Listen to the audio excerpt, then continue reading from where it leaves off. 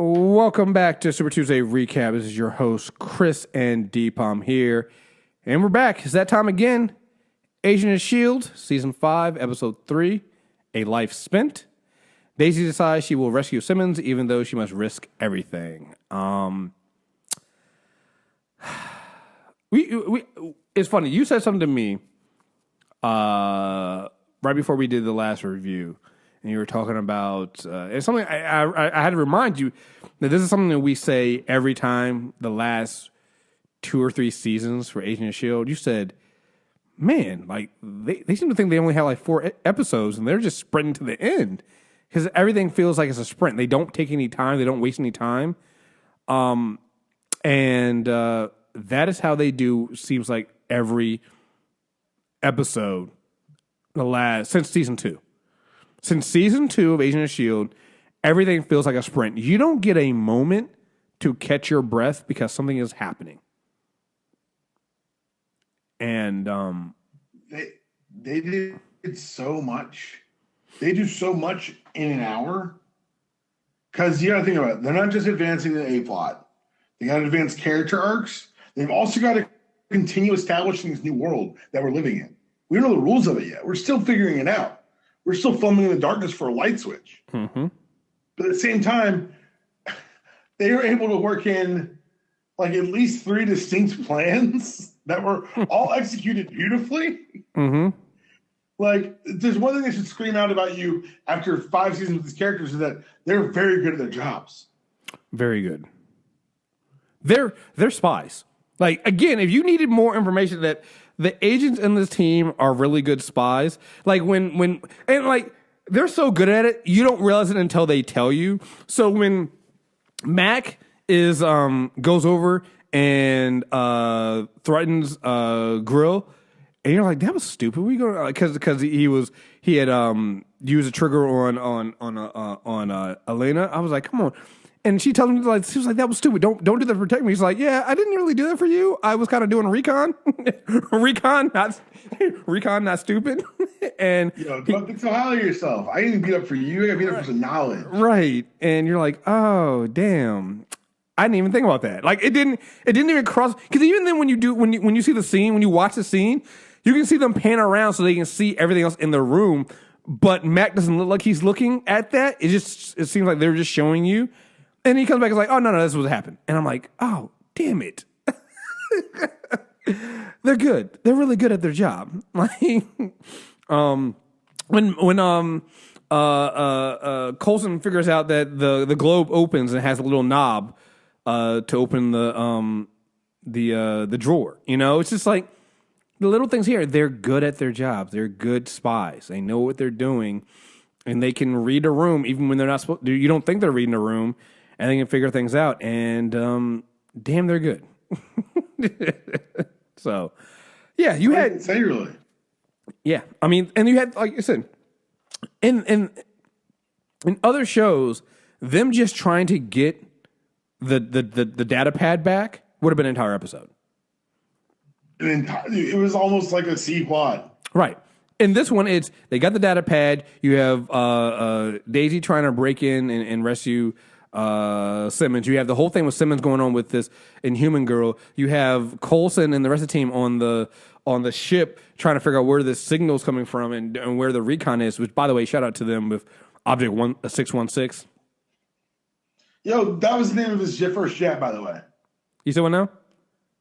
The bus was 616 too. Yeah. Just they know. Yeah. I'm just like, come on, guys. That you just okay. So you had that going on there. Like, you had all these different things going on, and then they all kind of come back together. And here's a crazy thing: the end of the episode, before you see Coulson talking to him about getting the working on the radio, the scene of Coulson waking up and looking out the window, that was the end of last season. Yeah, that was that scene from last season where he looks out. So they basically teased us in the last season what happened in episode 3. And we're thinking like, oh, maybe that's even the season made it. Nope, that was episode 3. Yeah, that was episode 3 of the season, and Yeah, it's just the way they handle this is really really really well done. So which one do you want to start with first? I'm gonna let you lead me because this like I can't tell you how much fun this was to watch. Like it's just everything they do. Let's start at the bottom. Let's start with the people working in Salvage. Okay. Because this is where we have just a litany of plans coming together, and like again, like the writing is so smart and so deft. They're able to pull off getting Daisy where she needs to be, getting them out to space, finding out about the signal, advancing all these plots, and solidifying their status within the salvage yard. Right, and doing it in a way that they got to find a way. Like it's funny because you see at the end when they have to frame the other guy with putting a gun on him, and what ends up happening is he ends up getting shipped to the planet anyway and dying. So it kind of go, and you can see Mac's face at that one point because he's the one that kind of was like, "No, we can't space this dude. We can't do that's not what we do. We're Agent Shield. We find other ways." But in the what that kind of shows you is, in order for them to survive, they might have to make compromises like that. Unfortunately, like there is no easy, and I think that's the big thing here. Is like they can't do it the way they normally do because people will die. Exactly. Tess was really upset because, like, listen, you don't understand. If like somebody's going to have to die. If we attack a superior officer, they're going to take it out on us. When Deke is going off on Daisy, it's like, listen, you don't understand. You get caught, they're going to take it out on us. They're going to take it on. Somebody's going to die. You're not thinking the long game. You're playing the short game because you think you have to do this, but you don't understand that. You don't understand the structure here that you're going to end up getting 30 people killed instead of 5. And so you can't do it the way you think you're going to do. And it's kind of weird because us as the audience go, no, fuck it. They're a team. They're the agent down. This is a team. They can do this. But then you also realize, right. But then also as the audience, you're like, oh, wait a minute. But no, it is different here. It can't just be okay. When they come back and that you see them, their metrics are activated and they're stuck there and like, oh no, some of you guys got to die now. It's like, and they didn't seem to understand that. Hey, Tess was telling the truth. Like, there is no easy way around this. You guys can't just sit there and go back and be like, oh well, sorry, it didn't work. And what it reminds me of? Remember in season 1 when Victoria Hand kind of called out Coulson and was like, "You're too quirky. You take this. You sometimes take this stuff as not as serious as it should be." It kind of reminds me of that. Like, it's not that he doesn't, but it's like you guys don't really understand that this is a different. You get the gravity of what's going on here. Exactly. So, but no, I loved how they handle that, and you can see that. I love Elena kind of being upset. It's like, yo, like I love that Elena's the one that keeps getting called out for being too slow on her work. Yeah. And the look on her face. Like, yeah, are you serious right now? Simmering frustration. Mm-hmm. And then her plan to get in there and get them. Great. I love the way they do her effects. I love the way they do. They handle it with her. Gets him to take the metric off, and then she runs to get the thing, and then hands it off to Daisy like it's a fucking baton in a relay race. Like, it's just great. Like, I love how they handle that. Yeah. But you also see how serious it is. You see how, like, this is dire. You guys got to keep working. Like, you guys need to, there's a slow way to do this and work your way up, and it's clear the team does not want to take the slow way, which I understand. The slow way is not their lane. Yeah, which I totally understand and I totally get, and I'm not even saying they're wrong on that one. So, yeah. What was I going to say? So you find out that Virgil was communicating with somebody on the planet. Bouncing the signal off of Object 616, and somebody on the planet. I think that's gonna. So that gives us another target now. It's like, okay, now we're gonna get off the station and we're gonna end up getting some of these people onto the surface of the planet. Some of the team on the surface of the planet to figure out what's going on there and who's alive. Like, do we think Fitz is still alive some kind of way? No, I think Fitz is very dead. Yeah. Yeah. I think we're talking like years of fast. Oh, I know. I know that. I'm just saying maybe they cryogenically froze him or something. I don't know. There's got to be a way. Or like AI, maybe? Oh, shit. A Fitz LMD. Oh, shit. Bruh. Yep. Yeah. That's how you do it. It's a Fitz LMD. That Fitz put himself into an LMD so that he could continue working on the problem long after he's dead. Oh, bruh. I'd watch this. I would watch this. I cannot wait for this to happen now. Because there's no way they end up in the future and they're dealing with some of this stuff. Because it's going to take a while. There's no way they keep going that much longer without having Fitz around. He's going to be. We're getting a Fitz episode where we're trying to get him back. Oh, no, we're getting that. We're definitely getting that. But we need him with the team as well. And having him as a LMD, oh my God, it makes sense. It's like he knows the technology. He knows the stuff there. Like, it makes sense. And it would make sense that Fitz would never want to stop working until Gemma got back and to make sure Gemma is safe. Right. And again, who would know? Because that's the thing, right? So you find out in the communication that they know the delegates. They know about Coulson's team. Who would know about Coulson's team there? Fitz. How would he know the details about this? Fitz. How do you keep Fitz alive in the future? An LMD. Oh, I can't wait for this. Yeah. This is gonna be good because here's the thing: we keep suggesting that somehow they make it back, but Coulson and May had a really real conversation where it's like, yo, maybe we don't. Maybe this is where we. This could be it. This could be it. This could be where we end up at. So I'm just saying, LMDs. Oh man, and here's the thing: it would just fit so well because again, they've had a bad experience with LMDs. So if it turns out that Fitz is an LMD and they have to work with him, LMD. Yeah. And remember when Gemma had to kill the Fitz LMD? Or yeah, he screamed for her to stop and it stopped screaming. Oh, that's gonna be so good. I'm waiting on this. I am now very, very excited about Fitz being an LMD. So I'm sorry, guys. But I also like the fact that we got a real conversation with May, where May kind of has a time. We had a little bit of time of May processing everything she's been through. Because you got to think about it. May's been through a shit ton of stuff and hasn't really had time to process any of it. It's like Coulson goes and asks her about her leg, and she's like, "Yo, I just want to, She's like, "Yeah, well, maybe we gotta, maybe this is where we belong." She's like, "I just want to go home to my bed." Like I was in the framework. I was Hydra. Which is easy to forget that she was the first one in. Right. She was the first one in. And not just the first one in the framework. She had been in some kind of version of a framework for a long time. Because remember, there was a couple other ones they had her in before that. Yeah, she was the first LMD taken. Yeah.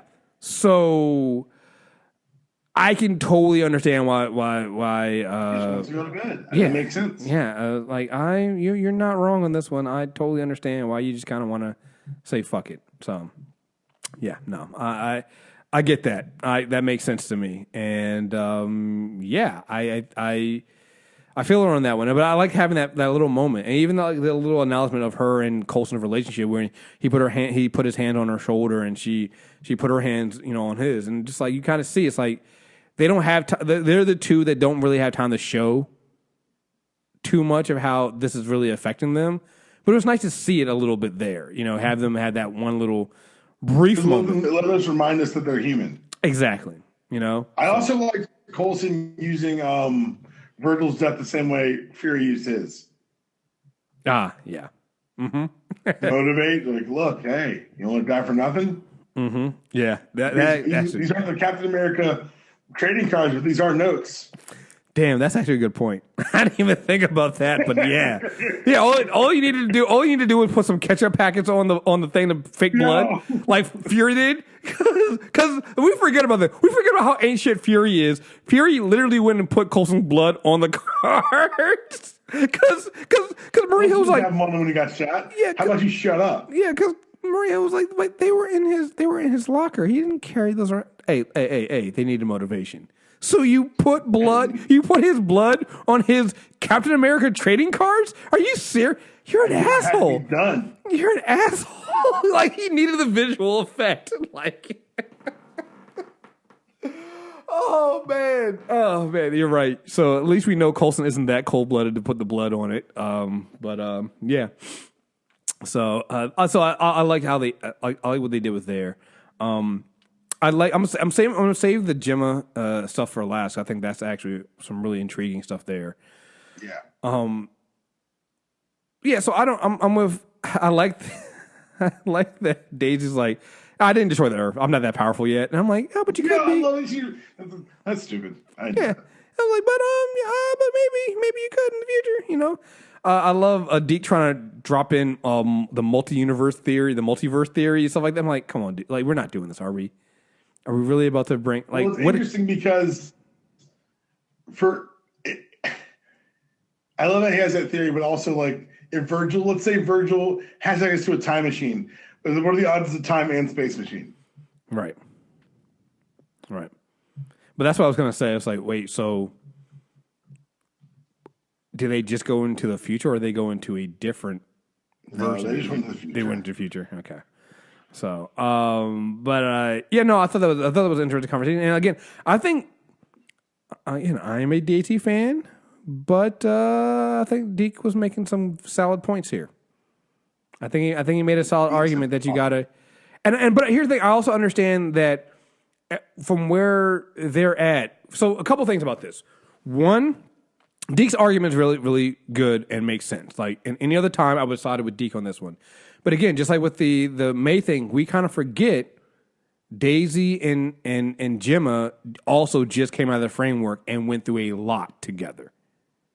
And so you have this idea of Daisy wanting to rescue Simmons because, damn it, like they remember, like we brought this up like last episode. That's a really good point. When the LMDs had taken over, Daisy found Gemma and she had to literally send little quakes to her body to let her know that they're real, they're real people, not LMDs. And so Gemma and Daisy got really close. So now you have Gemma taken and she has no idea where she's at. Like we, the audience, know she's not safe, but she's probably in a better position than some of the other people are right now. But Daisy has no idea about that. She has no idea where Gemma was taken. She has no idea what's going on. So I totally understand Daisy's determination to be a wrecking ball and find out who the fuck took her friend. Like that makes sense. Right. To me. So, still fuck you, Deke, for turning her in. Right, because when they got there, they were all they had. Yeah, they were all they had. They're all each other had. So it makes sense to me that Daisy and Gemma would be like that and be looking for each other. So I'm totally on board with that, and it makes sense to me. That said, Deke is an asshole. Like, dude. Cause I'm just saying, if they put one of those inhibitors into fucking Daisy, I'm gonna be fucking pissed. They got to, cause like you can't have her. They don't have a choice. Yeah, they got no choice. She's too fucking powerful, so like you can't just. But what I don't really also understand though is Daisy will whoop your ass without the powers though. Oh yeah, they don't know who Daisy is. Yeah, right. Child. Right. Like it's that Rorschach thing. It's like, you guys think I'm trapped in here with you. You're trapped in here with me. We're like, this is not going to go well for you guys. Just like, we don't like, she whooped both of those fucking Kree's asses almost without her powers completely. Like, finally she was like, fuck it, I'm done with this. She got bored. She got bored and used her powers. But she whooped both of their asses without her fucking powers. So I'm just saying,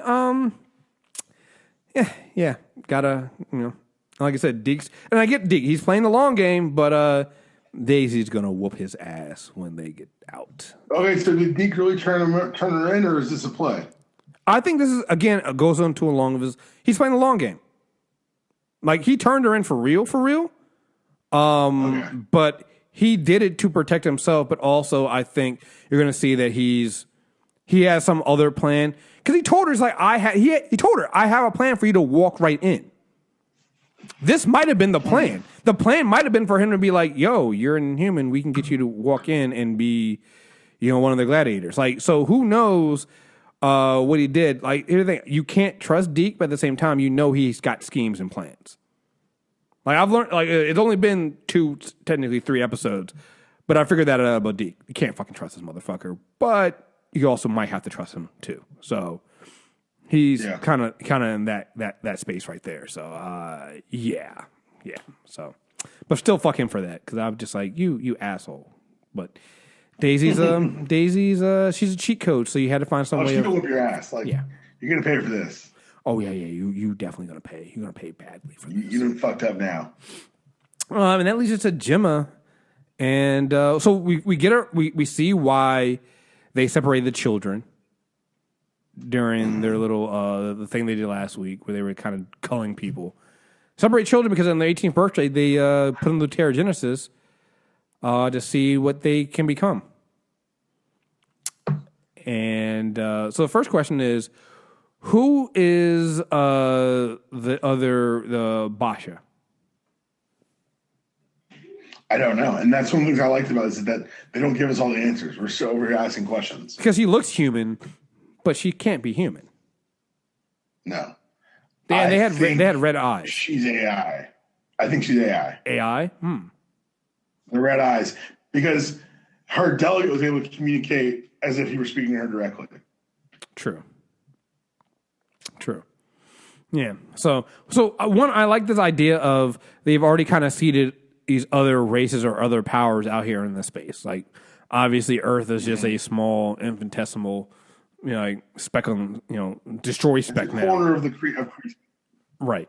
So I like this idea of this.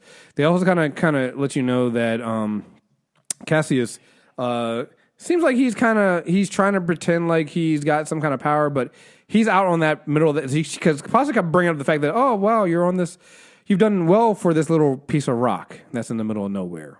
She kind of throwing some kind of shade at him that, hey, listen, you're in the middle of nowhere, trying to live it up like you're somebody, but you're out here, you got put out here in charge of this rock for nothing, for a reason, so kind of shows some kind of, it's almost like I think Cassius is trying to find some way of elevating himself back up into Kree royalty and Kree society. So it feels like he's someone who's lost his station here, right? Exactly. And so I think we'll get some more on that. But yeah, you have Simmons. First of all, you see whatever they put in their ear, they can be turned off. It's another piece of technology or something they can do to turn off so she can hear. But they use it so that they can drown out all other sound so that they can be silent. Like, it's I fucking hate these Kree. Like, I can't wait for them all to die. But you get Gemma helping Young and Human to control her powers, and as soon as I saw the space, I was like, "Oh, this is a gladiator stuff. They're turning him into. They're gonna." Well, I love the scenes with her and Abby, because it kind of reminds us that not only is Simmons, yes, a doctor and yes, a kick-ass agent, but she's also someone who's very empathic and able to relate to people. And we kind of get like a verbalization of Gemma's stance on her position currently. It's that we're all made of the same stuff, and you can maneuver between things that may not seem movable. And you can see her trying to manipulate her station right now. Right. And you also get like when Cassius said to Sonara, like when he Even went to Cassius as she stands. Yeah, when Sonara says when Cassius asks Sonara, it's like, did you pick Gemma? Did you suggest Gemma to do this because you thought she would fail? Because I like her because she's pretty looking. And he then responds, oh no, it's because you wanted me to be happy. And then later on when he's talking to Sonara, and he's asking her what makes Gemma so different from everybody else, and she basically says like she has compassion.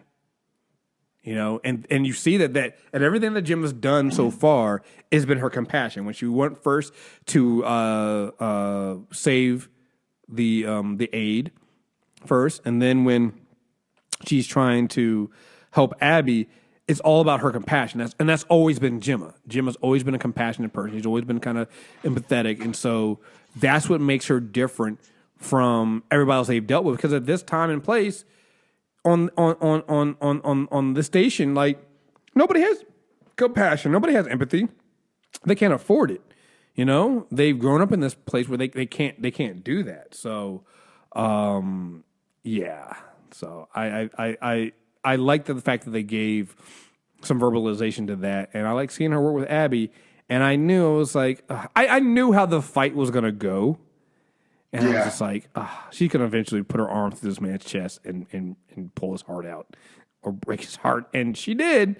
And but again, you can see the way Gemma's looking. Like she's horrified the entire time. She's horrified at what she's watching and what she's seeing this happen, and that she was there for the little girl and showed her how to control her power, and then she's literally turned to a weapon. But that kind of goes back into what we know about the Kree. The Kree have they first developed the Inhumans to be weapons.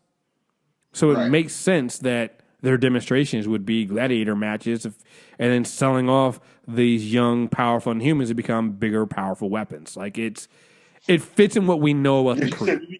Ambassadors, like you're not going to be an ambassador. Yeah. Like you. This is what they're doing, and they're selling. They're basically a slave trade. You're selling these Inhumans. That's exactly what it is. And they're controls. That's what they gave her, the control to turn her powers on and off and inhibit her powers. Yeah. So I'm just really mad they're going to put one into Daisy. Like that's going to make me really upset. So, but it's really upset. It has to have. She's still going to whoop their ass, and they'll find some way to take it out. But I'm just saying. Yeah, so I like you said, there's so much that they put into this episode, and we have so many, like, we have so much. You have so much stuff that was answered, but then so many other questions that we don't have. I mean, there's so many answers that we don't have. Like, put so much. You and I posited that the Deke thing was a ruse, but you heard his voice change when he called her the Destroyer of Worlds. Yeah, I mean, so we're saying that, so maybe he's not. When she jacked him up against the wall, his entire countenance towards her changed. Mm-hmm. Yeah. So maybe he really did turn her in. Yeah, you're right. Who knows? I don't know. Yeah. I can't tell. Like it's just, oh, man, it's so good. It's there's just I don't know what else to say about this show. I mean, the way that we say rush, but it's not, because rush makes it seem like they're doing a bad job with it. They don't rush. They're very deliberate in what they tell you and what they don't tell you. And it's one of the things that I've gotten used to. Is like when something is missing, I know it's coming back. They're going to bring that back later on. Like they or if something skills off, they pay off immediately. Like even with the Lena saying that was done in the map, like they paid it off immediately. Right. Hold on real quick. Yeah, I just can't say enough about how much this show is so good. Also, shout out to them for saying the shoe guy knows everything. Yeah. I mean, it's not wrong. Not wrong. The shoe guy does know everything. So, all right. So we did get an email. Let me go ahead and read. Wait, do you have anything else you want to say about this before we get into some feedback? No, that was this episode for me. I'm just excited for next week. So Fantasia wrote in. So I was thinking that what could have destroyed the Earth, and I don't think it was Daisy or Thanos. Listen to other people's podcasts and following you guys on Twitter. I come up with a different theory. I've heard a lot about the Disney Fox deal and how we might get the Fantastic Four, and with them come the Skrull. Technically, we already had the Skrulls, so we're gonna get the Super Skrulls, but they already had the Skrulls. That's actually who I thought maybe could be Basha in them, but I'm not sure. Maybe they could be Skrulls, but we know that we know that Disney already has the Skrulls, because the Skrulls are going to be the main villain in the Captain Marvel movie. They already have concept art for them already, and they look like Skrulls. Like, not like, apparently Jessica Chastain is playing the Skrull Queen in that X-Men movie, and I'm just like, I don't think they're going to have her look like a Skrull. No.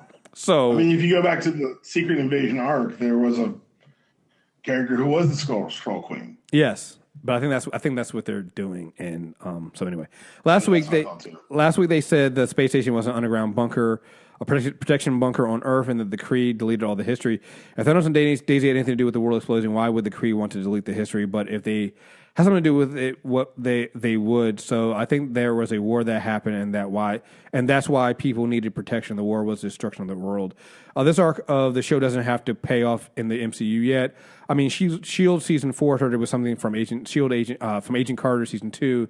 As he said in the past, I don't think it's a far stretch to think that they would use the being of season 5 to see something in the future. I think they're going to get the rights back. Now the episode, Daisy Johnson. Did the Agents of S.H.I.E.L.D. Just give Marvel an out? I mean, if they are seeing the future but don't get the right, they could say this was alternate universe thanks to Deke's multiverse theory. Don't ever call me that again, like mother, like daughter. Daisy Johnson is so badass. She doesn't use her. She doesn't use her powers, and she still looks like she took out 2 Kree like it was nothing. I love her. Who are the Red Eye people? Okay, I get why he did it. He thinks he's saving people from another renewal, and it got Daisy closer to Cassius. I don't like it. I don't like him for doing it. So what's the long game exactly? I'll kill you, I swear. How do you think she'll do it, fast or slow? She's not going to kill him. With powers up without either way. Do you think the voice was Fitz at the first? Yo-Yo is amazing. Daisy is amazing. Don't trust Space Ward. Don't trust Space Ward.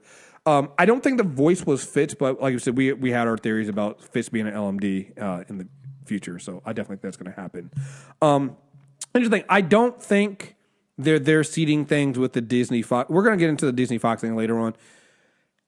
Does Feige have plans already drawn up in case they get the rights back? Yes, he had the same. There were 2 drafts of Civil War, one with Spider-Man, one without. So yes, they do. But even when they did the Spider-Man thing, you got to understand, Spider-Man wasn't a huge part of the plot in Civil War.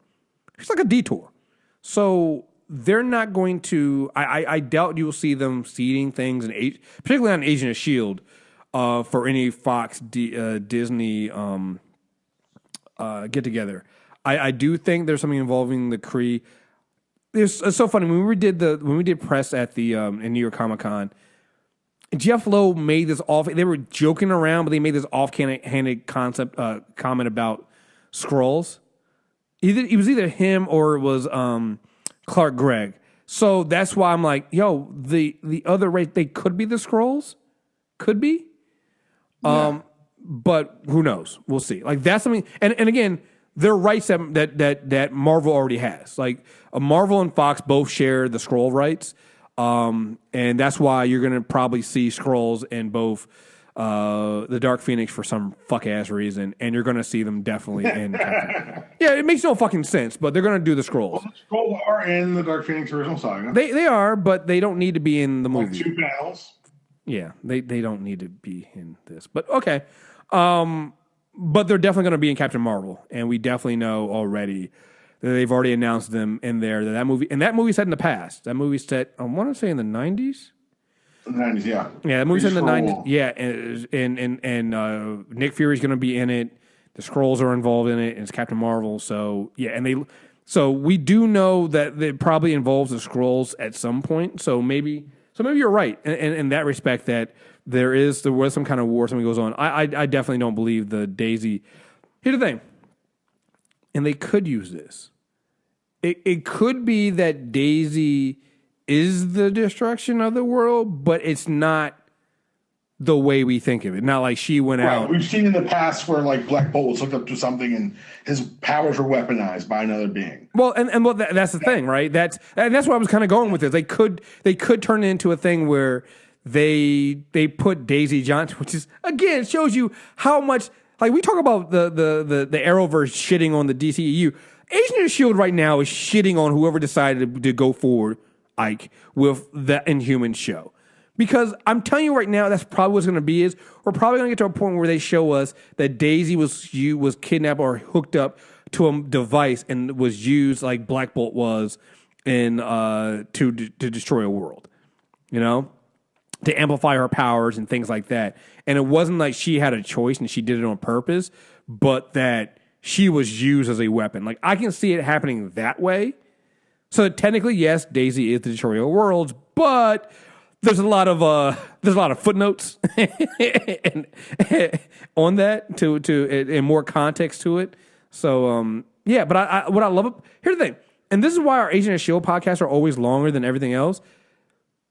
they give us so many questions that we have, and you can have so many fucking theories that it's fun to kind of go down those paths of, hey, what if Fitz is in the future, but he's an LMD? You know, what if they had Thanos, or the Thanos and Quake doing it? Those were the easy. They wanted to hook you in. They wanted you to actually think that right away, because you got to think about it. Ever seen that trailer? Right. Like the trailer for Infinity War dropped right before the first episode, and they go, "You're thinking, right? You're thinking. We got you thinking." And then after they hook you in with that, then they start seeding other things for you to go, well, maybe it's something else. If it's not just the Kree that are here, if there are other races, if there are other aliens and other civilizations out there, who are they? And what are they? What are they doing? So, Why do they want? Yeah, and why do they want Inhumans again? What's going on? Like we're actually going. What's funny about this is this show is in season 5 is quietly bringing back some things they seeded in early season 4 and actually season 3 with the Kree. Like we got Inhuman stuff in last season, but season 3 really had a lot of juicy tidbits with Inhumans. A lot of juicy tidbits with Inhumans. Like, I actually want to kind of go back and watch season 3 again, because I think season 3 probably is really, really relevant right now, because we're now back to dealing with Kree and the Inhumans. And remember, in that season, they set up the idea of, hey, listen, like, the Inhumans were created on Earth to be a weapon, and this is what's going on. Remember, they got here through a white monolith. Like there's a lot of things going on here. So I really feel like season 3 has a lot of things in there that tie into what's going on right now. And they're doing it masterfully. And it's one of those things that I kind of go and I'm like, you're dunking on the Inhuman show right now, because like you're giving us more, you're quietly giving us more information on Inhumans than that entire fucking season did. And a few episodes here and there when you're seeing this, like down to the idea of like they're taking children and putting the 18-year-olds through teragenesis. And they even hint at the fact that and I'm one of the lucky ones. So like, where's it? Like, it's a lot here, guys. There's a lot here, and they're doing a great job. And again, because the sets is set in one space, they're able to do a lot and save a lot of fucking money on this stuff. Like I'm really intrigued. I'm really, really intrigued with this and where it can go. So get ready for Fitz LMD, guys. I'm just saying. Just saying. Here for it. Fitz LMD. I'm here for it. No new reviews. Remember, leave us a 5-star review on Super Tuesday recap, and we'll read it on air. We're gonna go into a couple things first. Like we just mentioned it. We said we're gonna talk a little bit about the Disney Fox merger. We should know something about this week. Maybe we'll know something by the time this comes up on Monday. We'll hear if it goes through. What are your thoughts on it? This is the greatest thing that's ever happened. If it happens. Right, if it happens. I spoke a lot of my thoughts on Twitter, but I think I should share them here as well. I am of the mind that the Fantastic Four and that universe of characters, Galactus, Silver Surfer, Doom coming home would be a great boon in the Marvel Universe. It would be a great way to kick off Phase 4. Mm-hmm. And I think there's a backdoor into the second, into Avengers 4, which, by the way, Avengers 4. Right. There's a backdoor in, easy, because you've got these reality warping gems, and if 4 scientists were investigating one in the 80s and then vanished and reappeared on Thanos' doorstep to take down the big bad, it kind of writes itself. Right. That said, the other half of the Fox writes at the X-Men. And anyone who listened to this before knows that Chris and I are huge X-Men fans. And Chris, you can tell me if I'm off base, but I kind of don't want the X-Men in the MCU. They don't need to be. There's a lot of reasons why, but chief among them is one of the things during AVX's Comic-Cons a couple years ago, Psychos pointed out that You only come to mutants when you need things. What about when they were Sentinels? What about when they were mutant registration? You turned a blind eye. And the way we've gotten this detailed MCU history so far, for them to shoehorn in a persecuted underground race of superhuman powered beings would feel a little heavy-handed at this point. So what I would do is start a whole separate universe.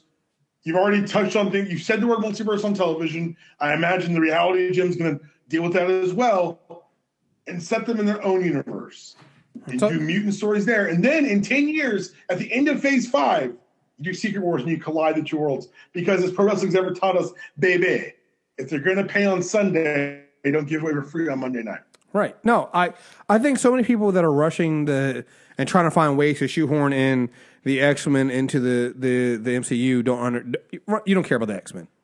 I mean, you don't, because there's no way to do it. You put all your toys in one box. There's no way to do it. There's no good way to put the X-Men in their history and do it in the way we want. Because part of the problem that I have with the Fox is it's not that their movies are bad. Most of their movies are not bad movies. They're bad X-Men movies, though, because they don't understand the core of the characters. And the core of the X-Men is them being this persecuted race. And you can't just shoehorn that in, even in this world when you have Inhumans, because it's still kind of different. Especially generationally. Like, if we're going to accept that Magneto survived the Holocaust. Exactly. That matters. It matters. It matters. So I'm with you, and I think a lot of people should bring up, well, we want Avengers versus X-Men, which wasn't that great of a crossover in the first one. We will get there, but that check's going to be massive. Right. Let's build up the X-Men to match the Avengers, and then have them go head to head. Yeah, you got to turn the X-Men to $1 billion franchise first, and then I hate to say this, but then they get onto the level of the Avengers, because right now, film wise, they're not. You got to. Here's the thing. I don't think people understand at this point with both DC and what Fox has done with the X-Men at this point is that they squandered the time they had. They had a head start on the MCU and the Marvel Studios. They squandered it to the point that now, when people think of Marvel, when people think of superhero characters and think of comic book characters, they think of Avengers. Mm-hmm. That did not happen in 2000. That was not what people thought of when they thought. Nobody thought of Iron Man and Captain America unless they were deep into the comic book world. The best general comic book of all time. Huh? Yeah, the general public thought X-Men, Spider-Man, or the Trinity of the Justice League with a few extras in there like the Flash, right?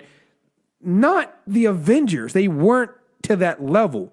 And what Fox has done now is, now if you go to the general public, would you want to see a X-Men movie or Avenger movie? People are going, again, 230 million views on that trailer in 24 hours for Infinity Wars. 230 million views. They're ahead now. They're ahead of the game. So if you bring the X-Men in, you got to then first build them up on their own to match what we've gotten from everybody else. And then, like you said, you got to fix them first. And to fix them, and that's the other thing too. Is like when you really think about stories involving the X-Men, most of them do not involve the rest of the universe.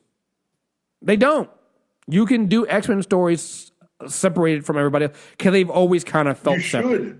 And they should. Because they like you said, the part of them being the persecuted people is that they always feel alone until people need them. And then all of a sudden, now you're knocking on Charles Xavier's door. You want the X-Men, you want them to help you. But when they're in need, when 17 million are killed in Genosha, shit happens, right? So, yeah, I totally... Right. So I totally believe that if this happens, to me, number one priority are the Fantastic Four and the villains they bring with them. Like, those are instant. You can bring those into... Hell, you can bring Latveria, stuff like that. All that stuff is ready-made. You're fine with that. You can have that stuff and insert those into the universe without causing too much problems. Inserting an entire group of mutants... And not just the group, not just the X-Men. Not just mutants, a race of people. Yeah, an entire race of people with the genetic deformity as far as everybody else is concerned. Sorry, no. It's just, there's no way, especially with, there's no way you can do it. There's no way it makes any sense. I've seen a lot of people try to do it, but a lot of people don't understand is it's different when you make a movie. If it was a comic book, you could do it easy. You can find some weird way of doing it, but not in a movie setting. Not in a movie setting that, again, is not just for us, the nerds, but also the general public can wrap their head around. It's impossible to do. It's like what I try to tell people about the Justice League movie, what they were trying to do with the Justice League movie. There was no way for that to be a good movie because there wasn't. The pieces they had there do not make a good movie in no way, shape, or form. Doesn't matter who the director is. Doesn't matter what they do. There was no way for them to take that idea and what they had painted themselves in the corner to do to make a good movie because it's different from what you want as a fan and what is technically a good movie. It just is. Like, there's no way. So, and the thing I like about this is I know Kevin Feige and the rest of the team over there are smart enough to understand that. They're smart enough to understand that. So, we'll see. But it does, what the one thing that it does do for them, it does open up some, while the X-Men themselves might not be able to come right into MCU, it opens up so many other, just not the Fantastic Four, but it opens up so many other characters and side characters and villains and things like that they could use that you could kind of bring in and do it that way. So, yeah, we'll see. We'll see. Because again, I've seen a lot of people say, "Oh no, we have a portal. You open a portal and bring the X-Men." I'm like, that's fine, but what about the rest of the mutants? Like the entire race of mutants.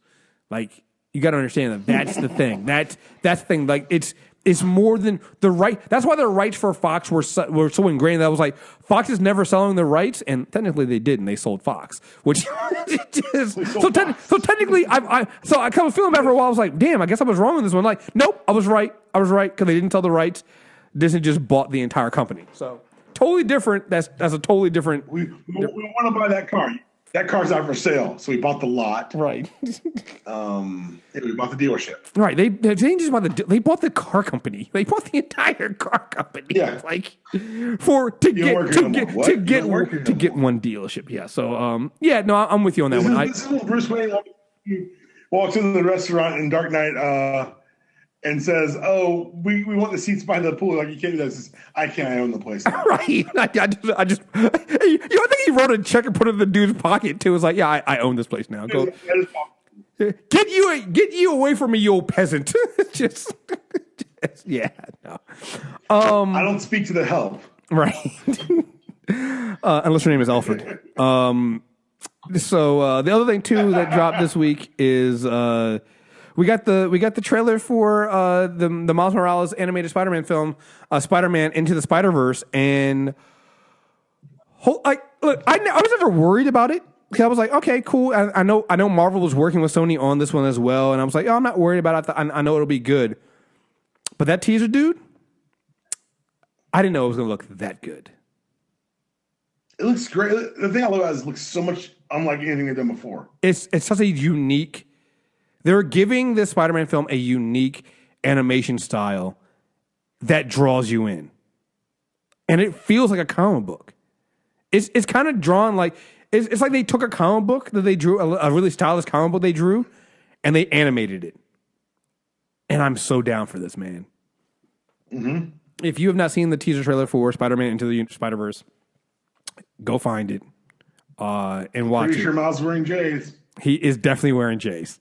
He's definitely wearing J's on the side of the building. Is he wearing? He's wearing. I mean, you know, the only thing that made it better, he was wearing Big Baller Brand.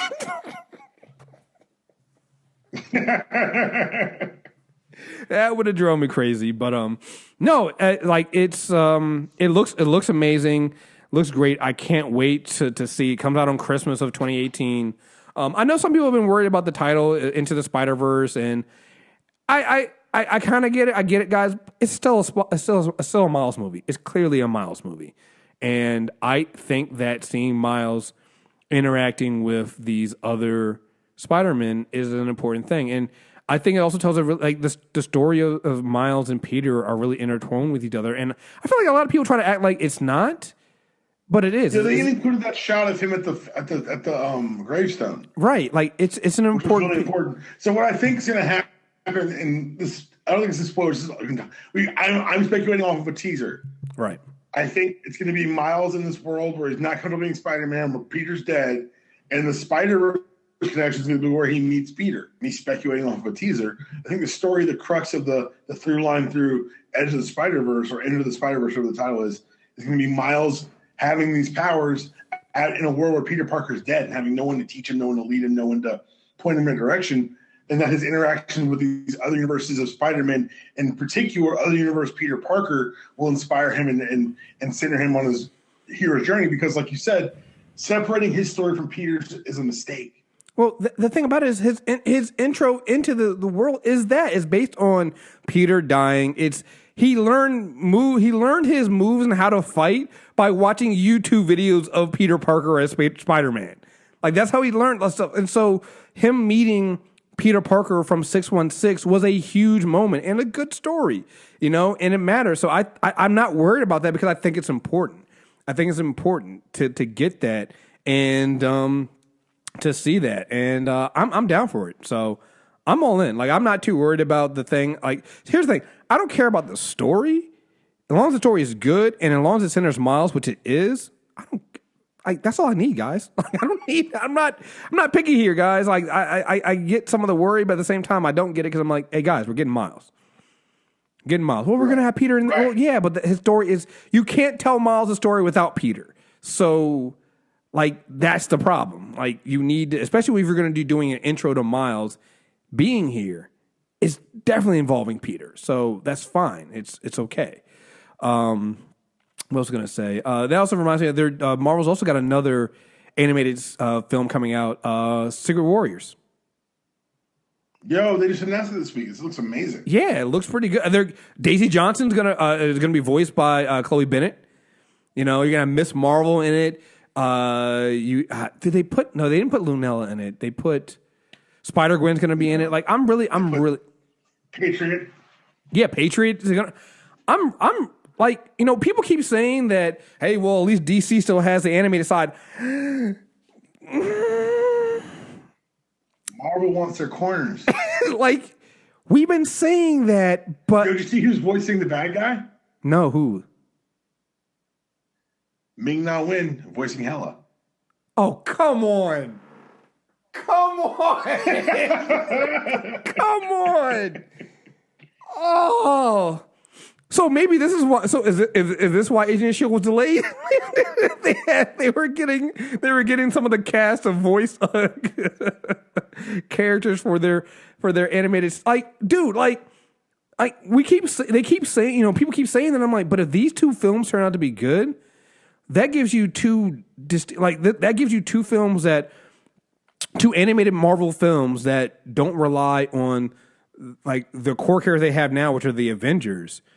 Sets up characters that might end up being in live action at some other point. And right now, all DC has been doing is fucking Batman films, animated films, or Batman-related animated films. It's ridiculous. I think we keep saying that DC is running the animated game because that's the default. But if Marvel gets success with these two films here, they might be coming for animated too. I'm just saying. Because we're saying it because it's all DC has at this point. Really. So keep an eye out for animated Marvel next year. I'm actually really excited about those two. Really excited about Secret Warriors and Into the Spider-Verse. So, which, by the way, Into the Spider-Verse comes out on Christmas. When does Aquaman come out? It doesn't matter. Aquaman's release date, December 21st, guys. Marvel don't leave you that mediocrity for the holidays. Yo, because I remember Marvel wants you to love yourself. Yo, do you remember? Because people were saying it's like, man, it's kind of weird that Marvel didn't take the December date for another Star Wars film in 2018. They moved the Han Solo film up to May, I think, or something. Yeah, to May. So they took it out of December. It's like, I wonder why they did that. It's like, oh, they're working with Sony over here with this Spider-Man film that's going to drop on Christmas Day, 4 days after Aquaman drops. Also, I think that this is my first time I'm actually going to voice this out loud, worried about Han Solo. Really? They moved it to May, which is a pair with Infinity War. Comes at the end, yeah. But they pair it with Infinity where it comes at the end of the May. So it's like they're taking the entire month of May. Infinity War is going to be #1 for longer than a month. Ah, okay. Okay. We'll see. We'll see. I mean, like, I hope I'm wrong, but yeah, we'll see. That made me nervous. Gotcha. Advocating that spot for May, like running them May made me nervous. Got you. We'll see. Like I said, I'm waiting to see the first trailer for it. So we should get something soon, I would think. We might get something with Into the Jedi coming out. Maybe we'll expect that and myself too. Yeah, with Last Jedi coming out, so maybe we'll get something with that. So, well, there you guys have it. That is our Super Tuesday recap of Agent of Shield, episode 3 of season 5, and a little talk about Disney buying Fox and some other stuff going on there. So, find the rest of the reviews. Go to mtrnetwork.net or subscribe to a Super Tuesday recap on iTunes, Stitcher Radio, Google Play Music. You can also get us on YouTube, youtube.com/MTR Network. And stay tuned. Like I said, I made this announcement on the Sandy Check. We're looking to do a gathering for Black Panther the opening weekend. We don't have details yet, but just stay tuned. Keep listening. Hopefully, we'll get some details first week of January. So just stay tuned, and we'll hopefully have some more news coming. So. Again, folks, thank you guys very much for listening, and until next time, we are out of here. Peace.